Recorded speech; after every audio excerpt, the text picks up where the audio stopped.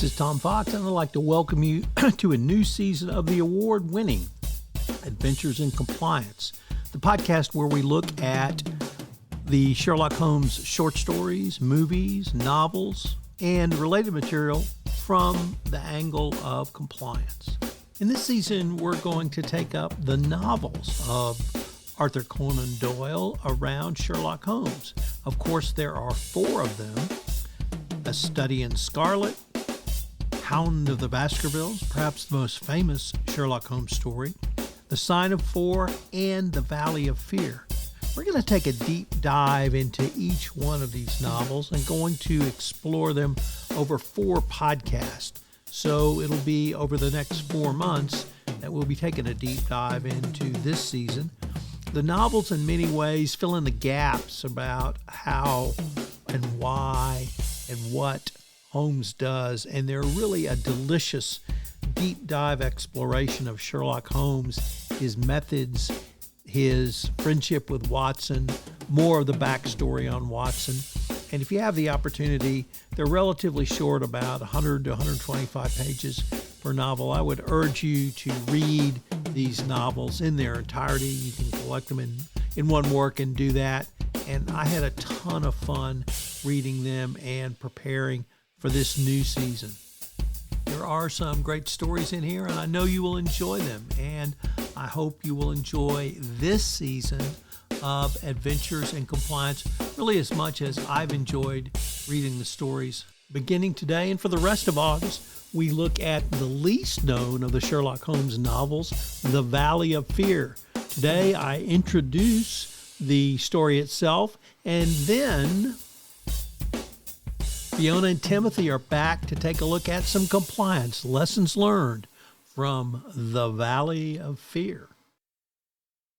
Our story begins with Holmes receiving a cipher message from Fred Porlock, a pseudonymous agent of Professor Moriarty. Holmes deciphers the message as a warning of a nefarious plot against a man named Douglas, a country gentleman residing at Burlstone House. Some minutes later, Inspector MacDonald arrives at 221B Baker Street with news that Douglas was murdered the night before. MacDonald, Holmes, and Watson travel to Burlstone House to investigate. Burlstone House itself is surrounded by a shallow moat, which the murderer appears to have crossed as they fled the crime scene. After interviewing Cecil Baker, a frequent guest at Burlstone House, who discovered the body, they agree suicide is out of the question and that someone from outside the house committed the murder. Baker explains that Douglas married after arriving in England 5 years earlier. Baker believes a secret society of men pursued Douglas, and he retreated to his rural home out of fear for his life.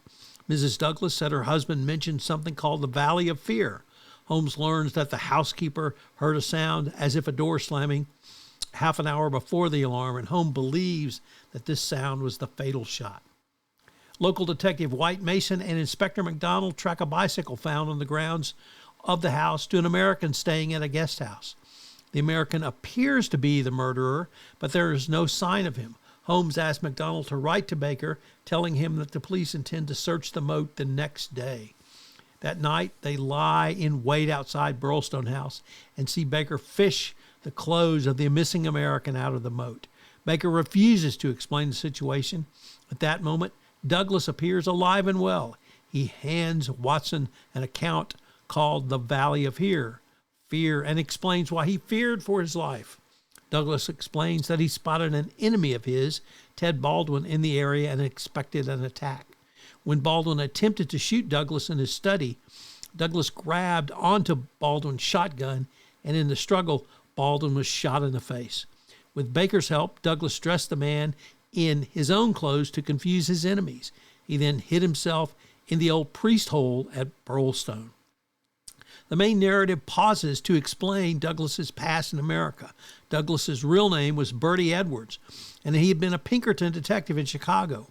While working undercover for the Pinkertons, Edwards traveled to Vermissa Valley, the titular Valley of Fear, under the name Jack McMurdo to infiltrate a corrupt coal miners' trade union and secretly cover for a murderous gang known as the Scourers. After Douglas brought the gang to justice, the surviving criminals attempted to kill him. Edwards then changed his name to Douglas and fled to England.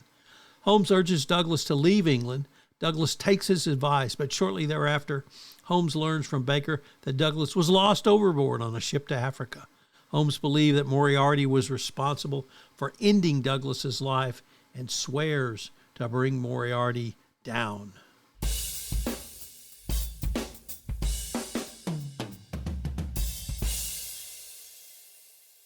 Okay, here's a thought. What if the best guide to navigating today's really complex corporate compliance stuff isn't some dry textbook? What if it's actually hidden in a classic detective novel? We're about to do a deep dive into exactly that, a pretty unexpected source of wisdom. So today we are unpacking insights from Sir Arthur Conan Doyle's The Valley of Fear. And we're looking specifically at how Sherlock Holmes, his brilliant deductions, his meticulous attention to detail, how that offers some really unique lessons for corporate compliance pros today. That's absolutely right. And this deep dive, it's really going to show how Holmes's investigative strategies can, well, inform and really enrich modern compliance practices. We're talking about practical wisdom here. Yeah. Managing risks, spotting misconduct, strengthening that corporate integrity, and of course, reinforcing regulatory adherence. And like you said, our material is coming straight from excerpts found in The Valley of Fear 1, Intro and Compliance. Okay, let's really unpack this then. Holmes is, he's famous for it, right? His uncanny ability to anticipate trouble. But I'm curious, how does his approach to foresight, beyond just the obvious detective work, how does that really apply in a corporate setting? Let's say maybe for a company launching into a new, pretty complex global market. Yeah, what's fascinating there is what we could call his proactive scenario analysis. You remember right at the start of The Valley of Fear, Holmes gets that coded message, alerts him to a threat against John Douglas. He doesn't just react. He immediately starts assessing multiple, really complex scenarios. He's parsing huge possibilities from, frankly, very limited information initially. Now, for compliance, this translates directly. It means thorough risk assessment that goes way beyond just surface-level stuff. It's about foreseeing multiple outcomes, maybe anticipating those black swan events, or even, the subtle risks from new tech like AI, all based on fragmented data. It's really about moving from just identifying current risks to actively anticipating problems, way before they escalate into actual incidents. Huh. So it's not just about what's immediately visible then. It sounds like Holmes understood that risks, much like the criminal plots he uncovered, they rarely exist in isolation. They almost always have a deeper, sort of interconnected web of implications. Precisely. Yes, and that interconnectedness is absolutely key. Which brings us to understanding context and environment.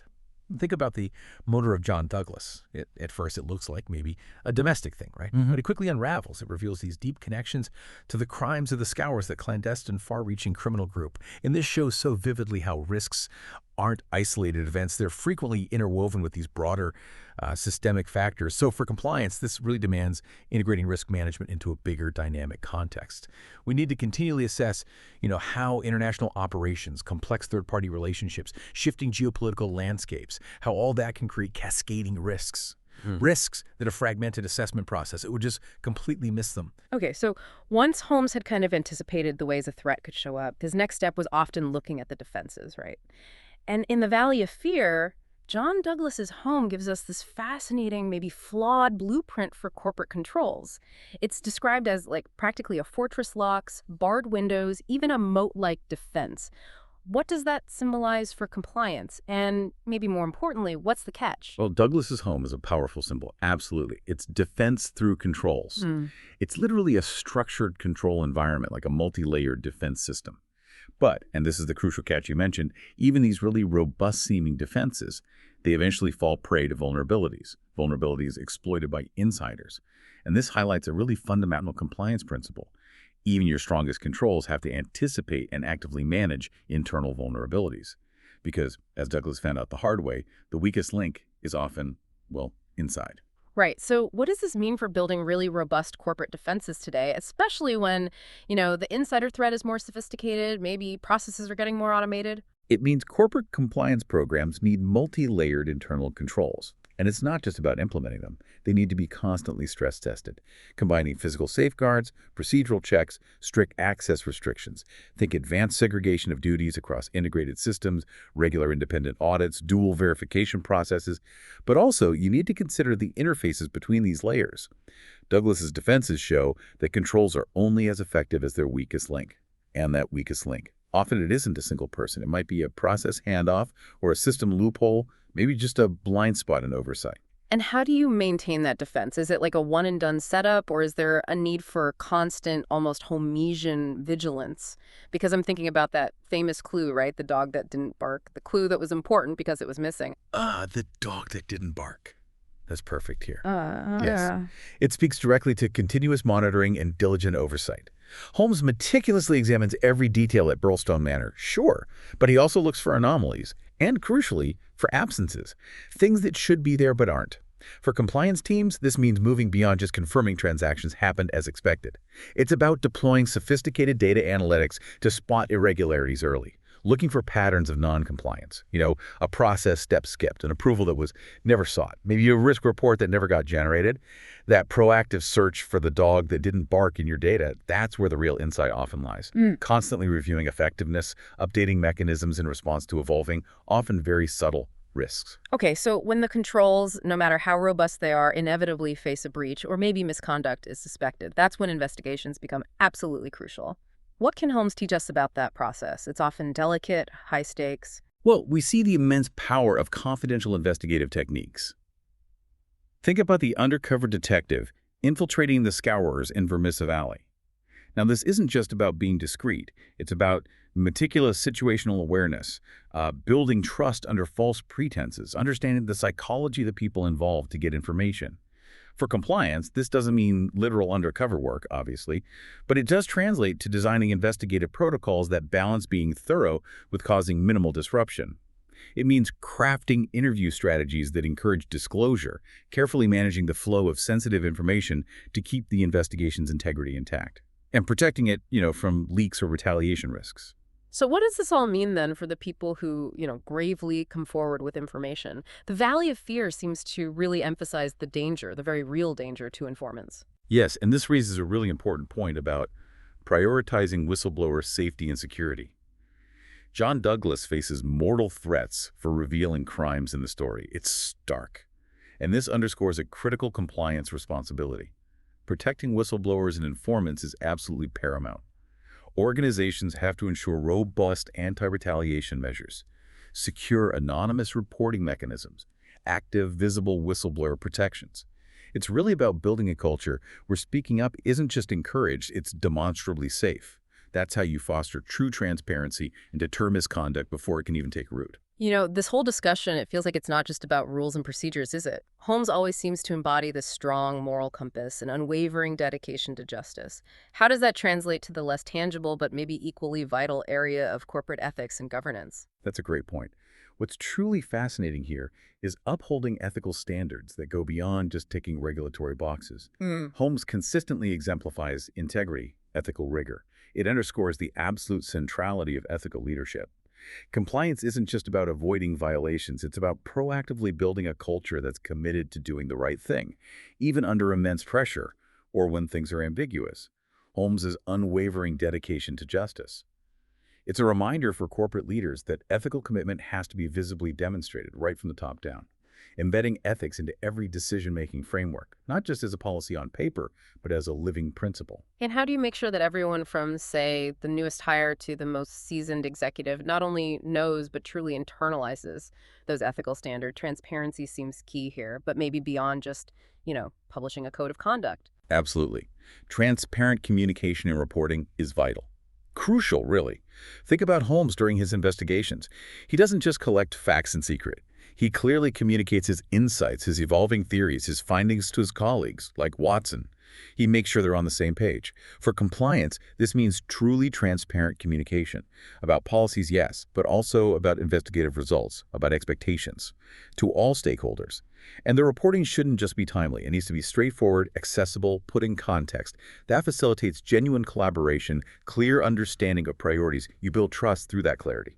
Okay, and Holmes is legendary, right? For always refining his methods, learning from every single case, every success, even his missteps. How does this idea of continuous iterative improvement apply to a compliance program, especially one that needs to stay agile in a constantly shifting landscape? Right, do we connect this to the bigger picture? It's all about integrating lessons learned. Holmes reflects thoughtfully on past cases. He's continually refining his deductive methods, his observation skills. Compliance programs have to adopt a similar culture, a culture of continuous improvement, integrating lessons learned not just from major incidents, but from the near misses, the minor audit findings, even those weak signals you pick up. Feeding that back into future training, into risk assessments, into enhancing internal controls. Compliance maturity, it developed iteratively. Through repeated evaluation, adjustment, proactive improvement, much like Holmes constantly sharpened his own tools of deduction. So there you have it. I mean, who knew that a classic detective story could offer such a profound and really practical framework for modern corporate compliance? From proactive risk assessment, building robust controls, conducting sensitive investigations, upholding ethical leadership. The wisdom of Sherlock Holmes, particularly from the Valley of Fear, it feels profoundly relevant today. Exactly. By embedding these kinds of Sherlock Holmes-inspired approaches into their compliance programs, organizations can really go beyond just meeting the minimum regulatory requirements. They can truly strengthen integrity, foster deep transparency, and effectively navigate what are, let's face it, increasingly complex and ever-evolving modern regulatory landscapes. Yeah, just as Holmes systematically unravels the most intricate mysteries, compliance professionals can systematically identify, prevent, and respond to compliance challenges. And this ensures corporate reputations stay impeccable, stakeholder confidence remains robust, and regulatory compliance becomes a core organizational strength, not just, a necessary burden. Sherlock Holmes might be fictional, yes, but the compliance lessons embodied in his investigative methods feel timeless. And maybe this raises an important question for you, the listener, to consider. How might adopting a Sherlockian mindset, that blend of meticulous observation, contextual analysis, and that relentless pursuit of the underlying truth, how might that change the way you approach complex problems? Not just in compliance, perhaps, but in any area where critical thinking and that sharp attention to detail are key to navigating complexity. This is Tom Fox again. The podcast voices that I used for this episode of Adventures in Compliance were actually AI generated. And I would really like to get your thoughts on how you enjoyed or didn't enjoy this podcast episode of Adventures in Compliance. So could you leave something in the comments or shoot me an email? I would greatly appreciate it. I'm going to explore the use of AI and podcasting voices, but I'd really like your feedback as well. Thank you so much for listening to this episode of our exploration of the Sherlock Holmes novel, The Valley of Fear. As I've tried to articulate in my prior podcasts on the novels, there's some great compliance and ethics, leadership lessons learned from the Sherlock Holmes novel, and we're going to explore those literally every week in the month of August on this, the most little known of the Sherlock Holmes novel, The Valley of Fear. I hope you'll join me again next week where we take another look at the Sign of Four. And I hope you will take this opportunity to read the novel. It's relatively short, 120 pages or so. I know you'll get a lot out of it, and it's a ton of fun. Adventures in Compliance is the award-winning podcast that talks about Sherlock Holmes in the context of compliance and ethics, a winner of several podcast awards. And I hope you will continue to enjoy this podcast as we present stories of Sherlock Holmes and compliance.